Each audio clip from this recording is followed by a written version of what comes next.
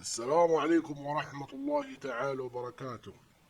كيف الحال أخوتي أخواتي؟ إن شاء الله بخير، عساكم طيبين ما تشوفون شر إن شاء الله. معاكم الشيخ الروحاني عبد الكريم أبو إبراهيم العماني. أهلا وسهلا بكم.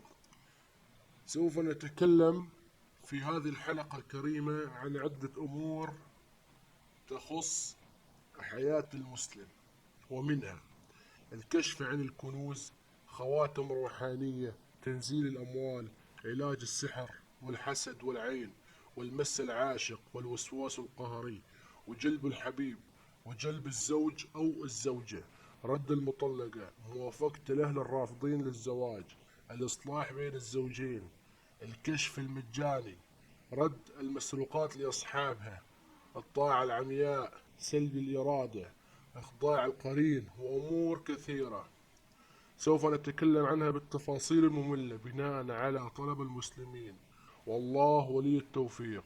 السلام عليكم ورحمة الله تعالى وبركاته. كان معكم الشيخ عبد الكريم أبو إبراهيم العماني. انتظرونا في الحلقات القادمة إن شاء الله. سوف نبدأ معكم خطوة جديدة إن شاء الله على مواقع التواصل الاجتماعي، منها اليوتيوب إن شاء الله.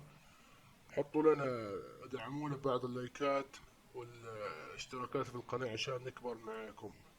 تابعوا الحلقات القادمة وما في مشكلة إن شاء الله. أي شيء تطلبوه مني في التعليقات، ورقمي الخاص موجود في الوصف.